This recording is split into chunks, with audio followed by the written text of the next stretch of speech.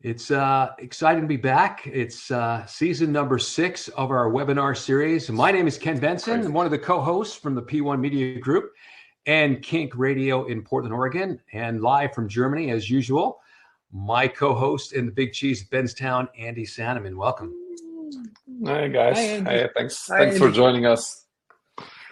Thanks for joining us, Jimmy. Today's webinar: creating on-air megastars, and by the way, on the other programming legendary radio stations. So that's the title of today's show. The chat box is activated as usual. Let us know where you're watching. You already did. Great to see you guys all here back again for season 6, like Ken said.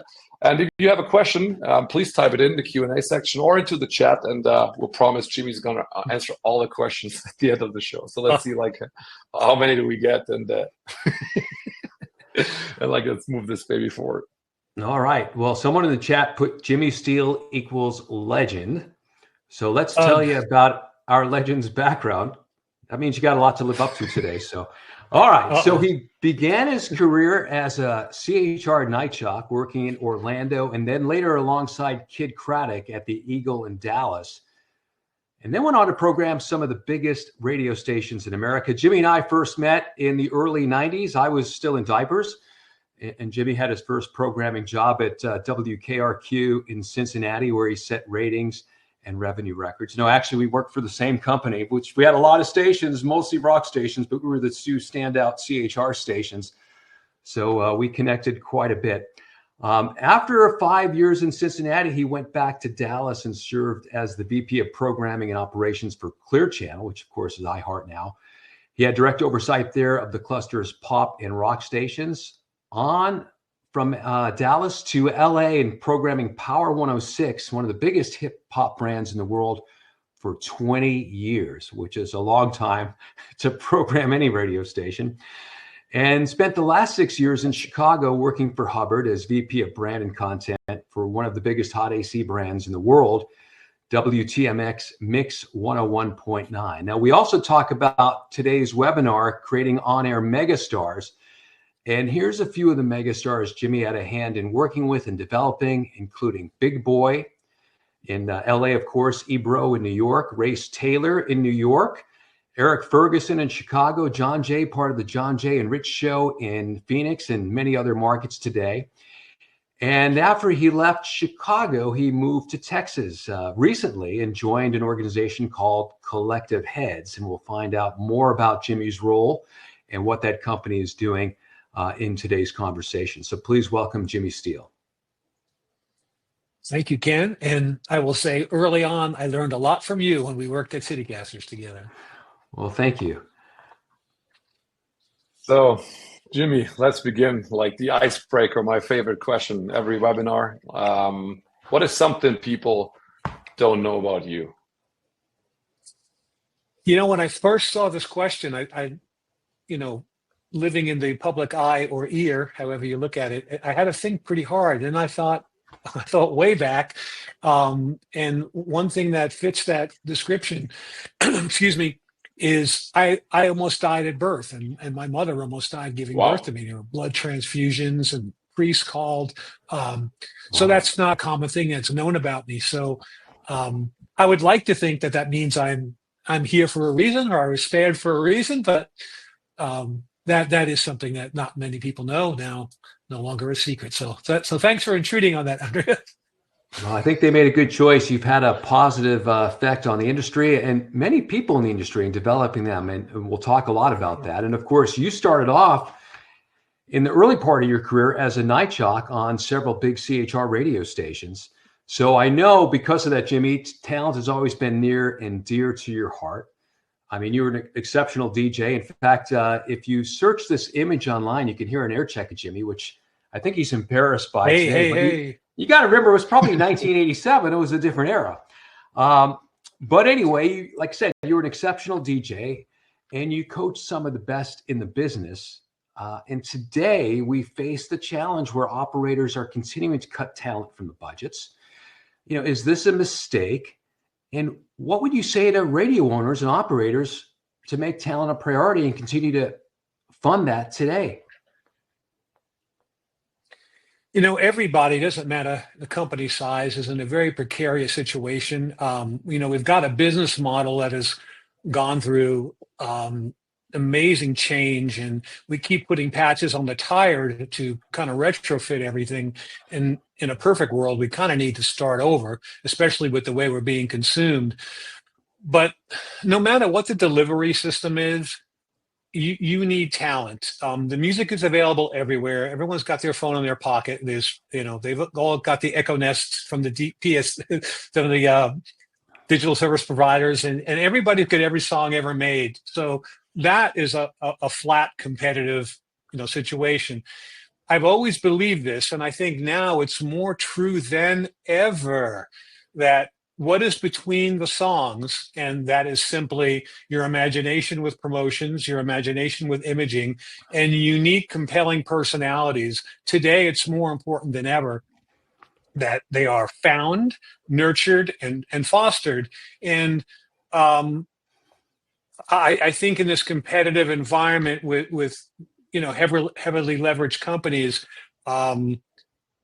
we got to be careful not to mess with the secret sauce, because in my opinion, without talent, you're just another delivery system of music, and you have no USP.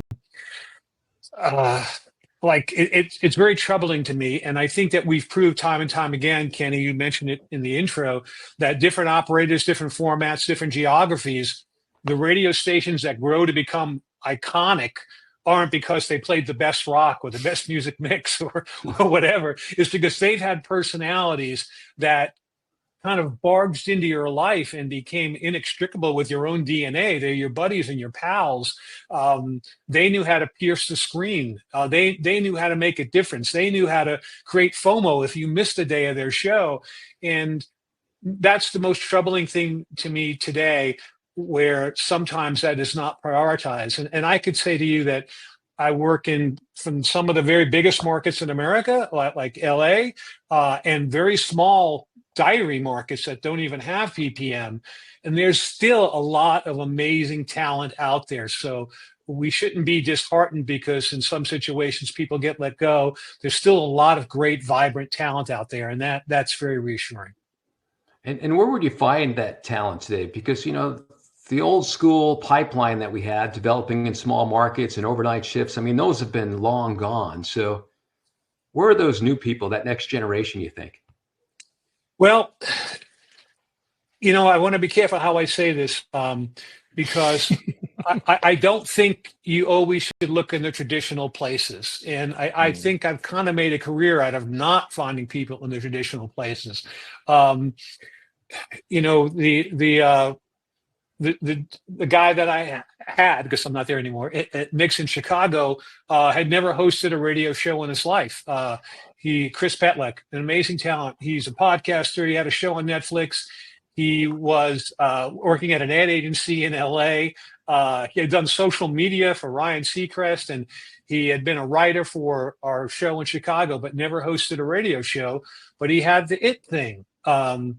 And that speaks volumes, and is not always the most obvious and conventional choice. We had a young lady in promotions when I was at the Mix in Chicago. She's amazing. She's on the air now, Emma. In LA, we had our parking lot garage attendant as part of our afternoon show. I'm just trying to think of all these examples of, that old kind of funny adage, talent is where you find it. I just look for people who can light up a room. I look for people who literally don't need any introduction. I look for people that you can feel. And if you can't feel someone in the same room as you, there's no way they're going to be able to project in that room down the hall over a microphone. And I'd always trust my gut and my heart. And I've put my job on the line several times, hiring people that had no experience. And they're out there.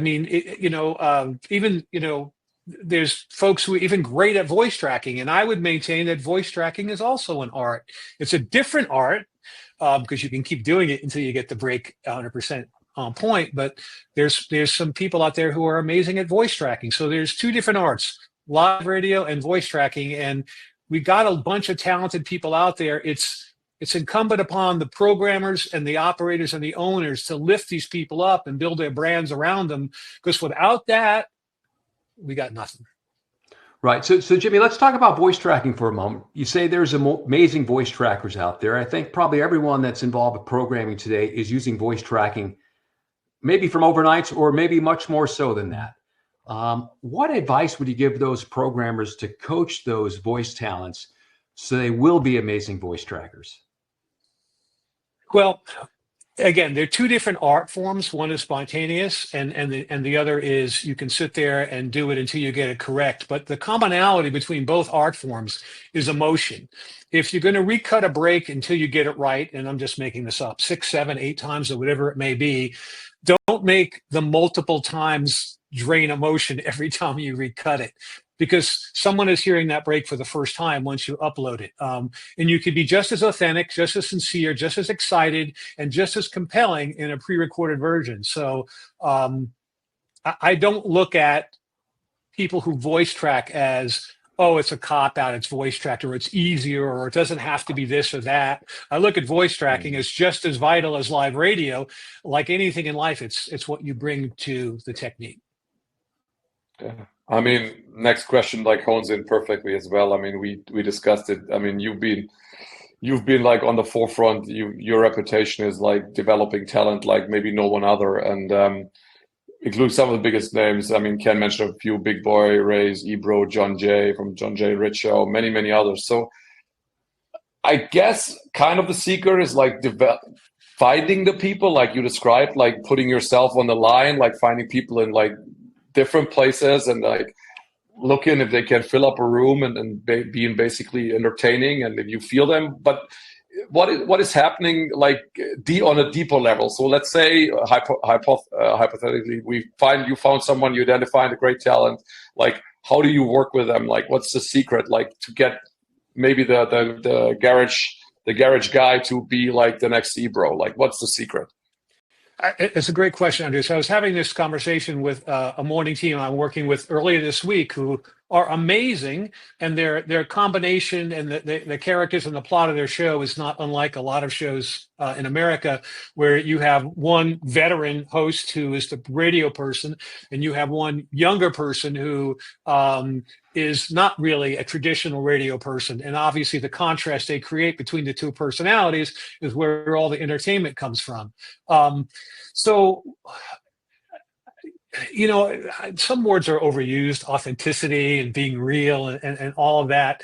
But I've always found with talent that my job is to strip away everything and get to their essence, not add on layers of BS. And some of the talent I talk to, one line that always cracks me up: well, they're making me do this. They're making me say this, and and I'm like, our job is to get rid of the theys, because no talent is here to do what Jimmy Steele's idea of a great show is. Jimmy Steele's job is to help talent do the best version of their vision. I am not trying to live vicariously through any of the talent. I'm trying to help them sharpen their vision, understand PPM, and present things in a way that resonate with the widest audience possible. And oftentimes in the day-to-day, that doesn't get prioritized, and people get caught up in radio. And I think you really need to focus on entertainment. Yeah, I couldn't agree with you more. Entertainment is the key. And like you talk about finding those exceptional people that light up the room, because they can also light up the microphone. So, So let's talk a minute about your experience at Mix 1019 in Chicago. Obviously, it's an iconic hot AC radio station, a top performing station in the market. You had an amazing top rated morning show with Eric and Kathy, who you can see here on the screen. Everything's going great. And you wake up one morning to a real life nightmare. You have to replace the morning show. So what was that like? What did you do? And how do you recover from that? You know, I'll be honest with you. After 20 years in LA, I probably got a little overconfident and thought that I had been in one of every potential programming scenario you could ever be in. And again, God always has different plans for us. So this was an incredibly different situation. And actually, at the time I got there, Kathy was already gone, but it was still a top-rated morning show with Eric, who, by the way, Eric is an amazing talent, 20-year plus ratings dominator, Radio Hall of Fame member. So when he left, it's kind of like trying to fill a crater.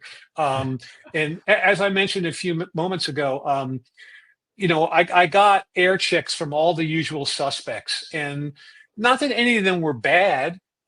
Just wasn't feeling them. And what I found over the years, if you're trying to recruit someone and for whatever reason they're on the contract or you can't bring them in, or there's an issue, ask really talented personalities who they know, because from my experience, they run in packs. So when I had first got to the mix, I had asked Eric Ferguson, said, who do you know that's really funny? And he had mentioned Chris's name to me.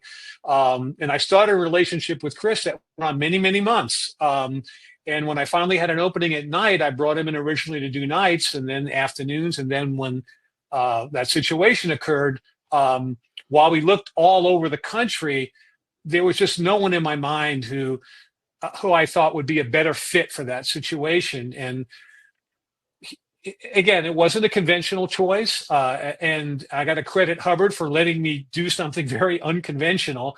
And the March book that came out this week, Chris in the Morning Mix with Nikki and Whip, amazing. They're number 2 with women, 25-54, number 2 in adults. And again, sometimes we get caught up on looking for experience as opposed to just natural God-given raw talent.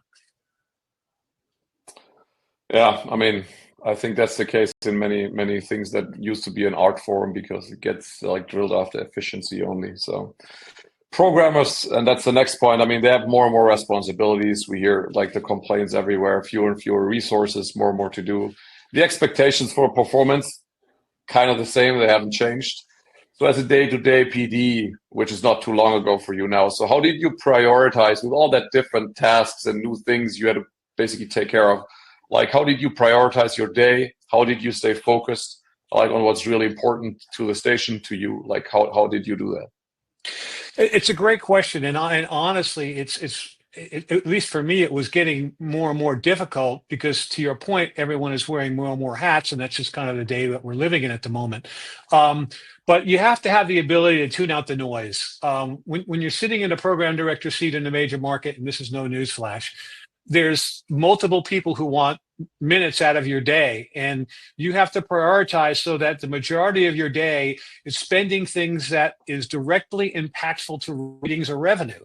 You can be busy all day long and not be connected to your purpose. And I've had a few days like that. And at the end of the day, it's not fun, but you have to have a great team that you could delegate everything non-essential to, so that you can really focus and do a deep dive on those critical few things that, no pun intended, that really move the meter. I'll give you an example. My last year at the Mix, for those of you familiar with PPM, we had 12 back-to-back books of negative panel change. And it was the same station that was number 1 the year before, and the same staff, and we fell off. We fell off, pretty sharply. And I had to revisit every bit of blocking and tackling on the radio station. And I had tremendous help from Jenny V, who at various times was MD and APD, and Nikki, great ears. I went under each and every rock, every phase of our execution. And to be honest with you, it was pulling out my hair. Our market VP, Keith Lawless, who's amazing, both of us were pulling out our hair. And then, we redid or re-looked at everything. And again, not like we were off point, because it was the same station that was number 1 the previous year. But as soon as the panel change flipped, and again, we got a little blessing like some stations did in January with the new 3-minute rule. But as soon as things flipped, boom, mixes back to number 1, 25-54 adults and 25-54 women. So I guess the short answer is, make sure you have the right team around you so you can do everything that you need to do that's essential, and delegate the non-essentials. Yeah, I agree with Jimmy. I often talk to our clients at P1. I mean, every program director is running around with a mile-long to-do list. and it can create a lot of anxiety. And human nature is you feel better if you check a lot of boxes off. Mm-hmm. Yeah. But in most cases, if you just focus on the 1 and 2 that really matter, they'll have much greater impact than checking off the other 20 that really don't make a difference. You're 100% right. It's almost like a game of inertia because people are pulling you in all these different directions that are not critical. They're just not critical, and you're trying to push yourself back to the center so you can do the things that are going to impact your staff and sales and PPM performance. So I would say that being a programmer today, you have to have a tremendous amount of grit and focus because people are always trying to pull you in a direction that is not necessarily contributing to the success of the brand. Exactly. Yeah. So you're watching the Global Radio Ideas webinar with our guest, Jimmy Steele. If you have a question, we're going to turn the questions over to you in just a couple of minutes. So just type it in the chat box and we'll get to as many as we can shortly. So Jimmy, again, talking about priorities for radio stations, and we touched on this a little bit in the beginning. Something I often say is programmers should spend less time on the music and more time on what happens between the records. Do you agree with that, and why? 100%. You've heard this said before. It's show business. Show is always before the business, right? If you have no show, you have no business. It's just the way it works. It's not more complicated than that, right? The show allows the business. The business does not allow the show. People today, I've said this many, many times, people today are choice choked and time starved, right? And they have more audio choices against, whether it's Netflix and Prime and, bring video into the equation on top of all the audio choices. So them committing any amount of time to you and your product and your brand is an amazing feat. And then to get them to come back repeatedly and increase those occasions, as we say in PPM, is a difficult feat, to be honest with you. Many years ago, the Southern California Broadcast Association, SCBA, did a study, and they were way ahead of the curve on this. And at the time, they did it in tandem with Arbitron. That's how old the study is. And it was called Virtual Neighborhood. And long story very short, it just said that everybody is so time starved. They don't have the time to go home and sit in their yard and have a beer with their neighbor, that their socializing has become digital and audio. And the very best disc jockeys who create that bond with their listeners, they become the listener's virtual neighborhood. And that really made a huge impact on me. Obviously, if you're talking about the DSPs, you can have every song ever recorded in whatever order you want. Yeah. So that is what it is. If you're not creating, FOMO with the way you're presenting the station and the personalities that you are hiring and really co-signing for, you're kind of missing the boat, because your music director, once you have your music meeting, you should be playing the right songs in the right rotation. Boom. And imaging, I've always been an imaging kind of nut. A quick story. Just must have been, about 8-ish years ago, maybe going on 9. We had an opening at Power 106 in LA for our imaging director. And once again, got audio from all different places, and was you hired the right person. I hired a dude who had never been an imaging director. He was 26 years old. His name is Andy Berger, or DJ. Yeah, very good friend of us. Yeah, very good friend of us. Really talented. Yeah. How good of a talent is he, Andres? Yeah, he's a fascinating talent. Like, he's great. Like, I had, last week we had a conversation about a couple things that we wanted to work on together. Like, I really adore him. I think he's a great imaging producer, especially for the urban formats. Very talented. Like, has the music in his blood. Like, feels like the pace, the music, the rhythm of the urban music format, like, so well. Yeah. Super he's amazing. And when I hired him, he had never been an imaging director, and today he oversees all the imaging for all of Morello stations in LA. And that stuff kind of warms my heart, because when you see people in the right slot doing the right work for the right reasons, that's great for our business. Absolutely. I mean, you have succeeded in so many formats: hot AC, rock, hip hop. You're programmed in the maybe the three largest U.S. markets, or some of the U.S. biggest U.S. markets. So, is there any commonalities, like any keys to success, like within this different formats? Like, is there any things that you kind of do? I don't want to say the same, but analog to each other in that work in every format? You know, one thing I learned along the way, and I've been very, very blessed. You know, back when I was on the air, I worked with originally when I first got into radio. I worked with a guy named Rick Stacy, a great programmer in Dallas. I worked around Kid Craddock and Moby. I've been very, very fortunate to be around great talent. We talked about Chicago and the talent there, and LA. Oh my gosh. I think the best answer to that, and the most honest, is that great radio stations are a culture, not a format. And if you keep that in mind and always think like a fan, then I think you're serving your brand and your people well. Um, Somebody I work with right now, who I've only recently got to know very well, and he's brilliant, Phil Becker from Alpha. I know, Ken, you know him too. Mhm. We were talking about imaging a couple of weeks ago, and he said he's so concise when he weighs in on things. He said that all imaging has to do one of two things: get someone to do something or get someone to believe something.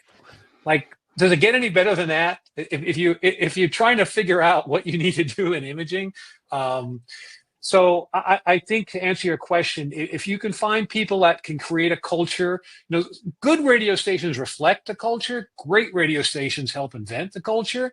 And if you find the right people and you can trust them, you can stay out of their way. And Ken, I think you were very gracious in the title of this webinar. You said creating superstars or whatever. I really don't create any of those people. They have natural God-given talent. I just let them use it and don't micromanage them and don't give them a list of things not to do. I try to give them a list of things. Here's how to bring it out. Here's how to let your essence really glow. Here's how to let people feel you without seeing you.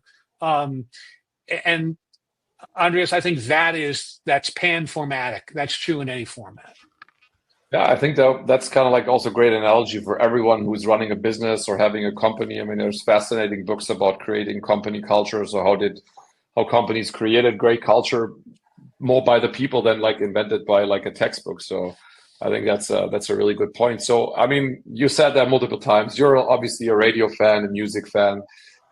Is there any favorite format, any favorite stations right now? Like, could be domestic, could be international. Anything that you like love like to death, you like basically can't get away from yourself, like listening to? My friends that know me well know the last few years I've really kind of veered off my normal path and gotten into country. And like I.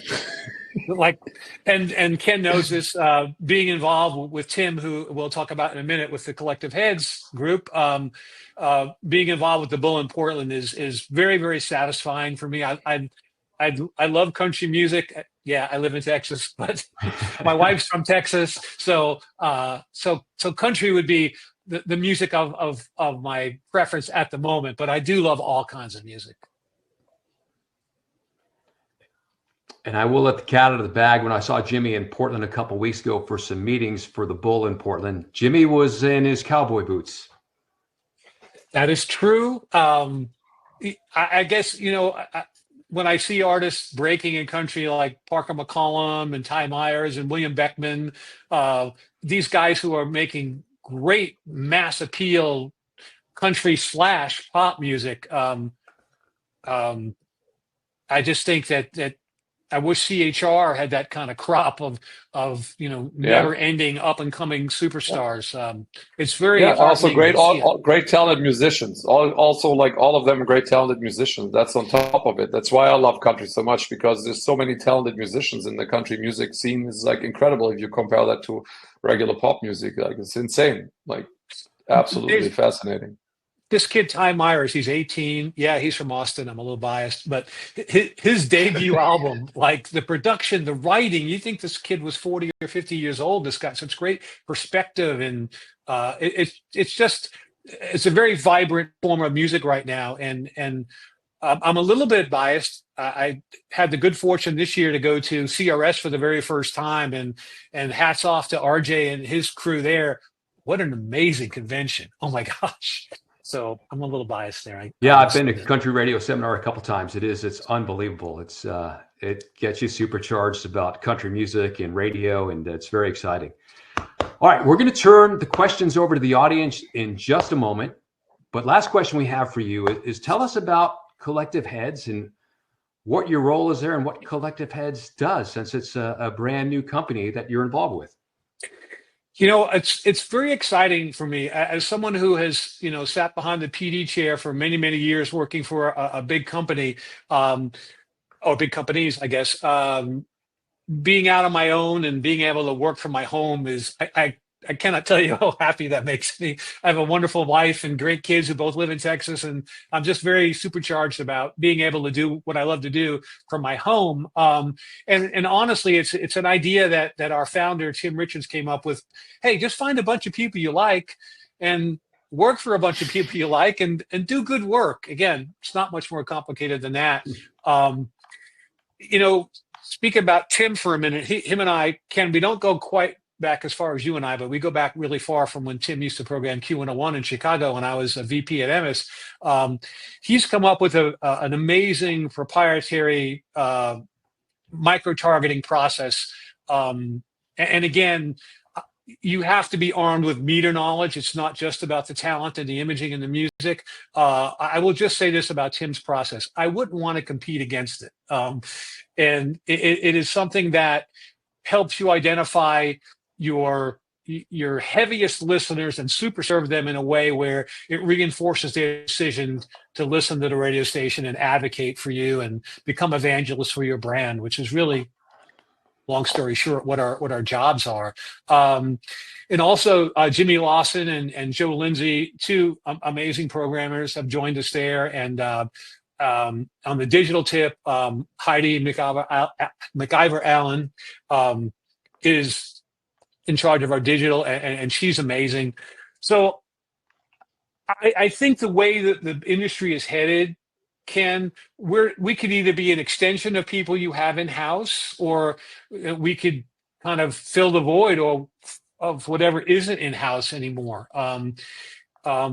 It's a great way to kind of stretch your dollars. And I don't want this to sound arrogant. It's the only word I can think of. But if you were going to hire me and Timmy and Joe and Jimmy Lawson and Heidi, as employees, it would probably be, a couple bucks. But to bring us in as consultants, it's a lot more reasonable. And it seems like the timing for us and the packaging we're offering through Collective Heads is very timely with where our business is today. So I'm very proud to work with these guys and Heidi, and having a lot of fun. So I almost feel guilty.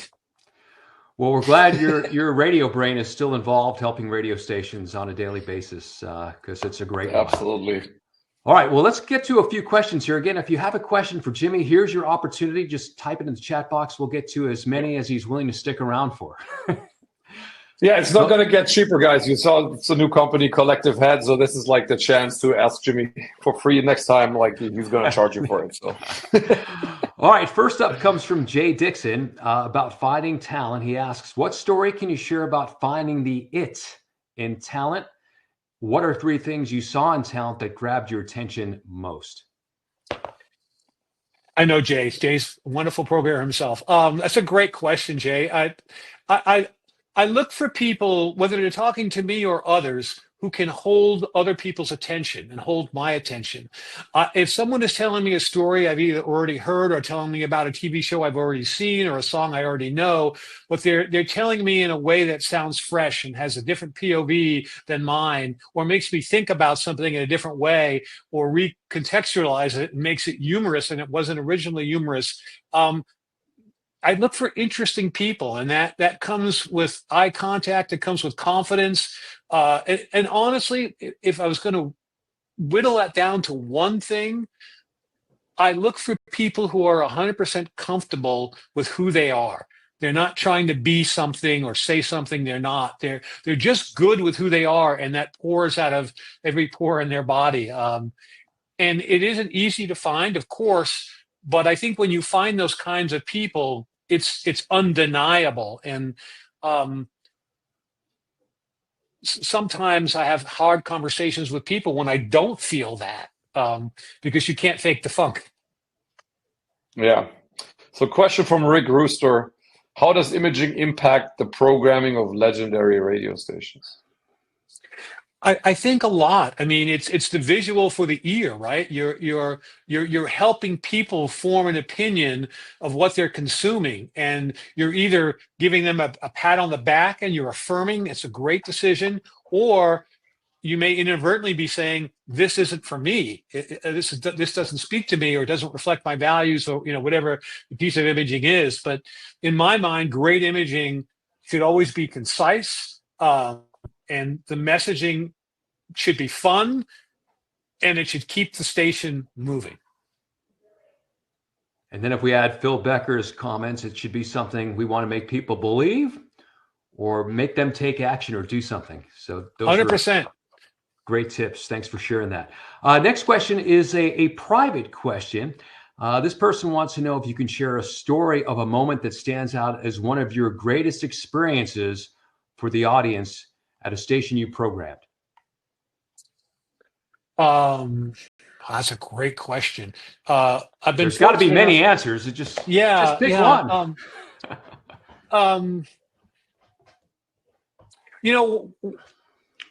Let's see. Let's see. I don't know if I've ever told this story. So I'll tell this story. Everyone is familiar with Big Boy. He's an amazing talent. I came to Power 106 from Mix in Dallas, hot AC pop guy from the Midwest, going to program, one of the two biggest hip hop stations in the world. And I'm meeting Big Boy for the very first time. And I don't think he'll mind me saying this, but at the time, I think he was 511 pounds.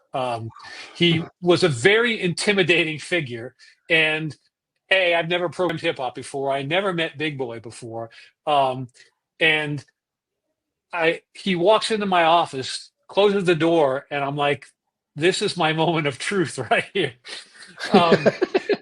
And he takes his finger like kind of right on my solar plex, and he goes, "You're going to teach me how to get great ratings?"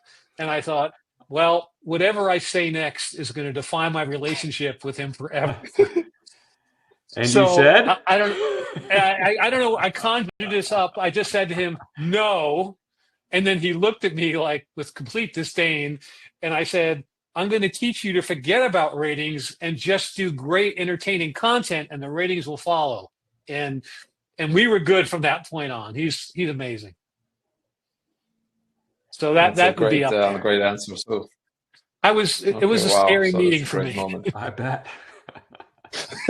I can believe that. So question from Enrique Valle. Hey, Jimmy, this is Enrique, a former Power 106 employee. What do you think about the network business model where stations sound very much similar across the country in comparison to what we had before? Do you think that radio lost its spark? Do you listen to the European stations? A couple of questions. Yeah, I'll try to hit all those. I don't believe radio has lost its spark. I just believe as an industry, we need to refocus and reprioritize on the talent, because that is where the future of the industry is, no matter what the delivery system is. Many years ago, I came very close to accepting a job programming in New York and ended up passing. But at the time, I was looking at, because I thought I was going to take the gig, I was looking at jingles from European companies, and I'm a big fan of different ways of saying the same thing. So on the European tip, I'm very impressed with a lot of things that I've heard there. And Ken, you're probably more qualified to answer that question than me with all your international clients, I would guess, right? Yeah, but I think maybe your point is why you were looking at the Euro company or Euro jingle packages was to sound different. Yes. And I think that's a problem with a lot of American radio, and I think somebody actually put a comment about that in the chat here, is that so many stations sound alike, and maybe more alike today than ever. And you don't really think about it like a listener, but having, moderated many focus groups over the years, people often say stations sound alike, and like, what do you mean? And we're thinking, okay, we sound like our competitor. They're thinking like, well, the country station sounds like the pop station and the AC station. Why? We all have similar slogans that don't mean anything. We all run jingles. We all have, for the most part, big voice guys. So just the way the stations are assembled, they sound more alike than different. Yeah. And I mean, it's formulated. Yeah, it's formulated. It's very formulated. I mean, we get these briefs like every other week where people tell me, let's create something totally different. And then you deliver like a demo, and then like people go, no. Then you basically end up with the same stuff that most of the time that everyone is like, very, very less people are brave enough to really like do something different or basically want to differentiate in terms of like truly differentiate, like the listener would recognize, right? It's not like, I agree with Ken, like, or even with you, Jimmy, what we think is going to be different, it's going to be very minimal compared to like what a listener would think is different, because we see the nuances. The listener doesn't see the nuances because for them, it's all the same. So. I think in Europe you have a little bit more diversified content than in the United States. A little bit more diversified content than the United States, depending on the country, though. But, I couldn't agree more. I would love to see, and I don't know whether this happens on a DSP or it happens on a terrestrial signal in a big market, but I would love to see a station purely programmed on the cultural impact it could have and not be beholden to Nielsen ratings. I'd love to turn on a radio station and, hear everything, from Miles Davis to Parker McCollum to, and I'd love to have personalities on there that you respect their opinion and they have a place in the community. Yeah. Again, I keep going back to the word cultural.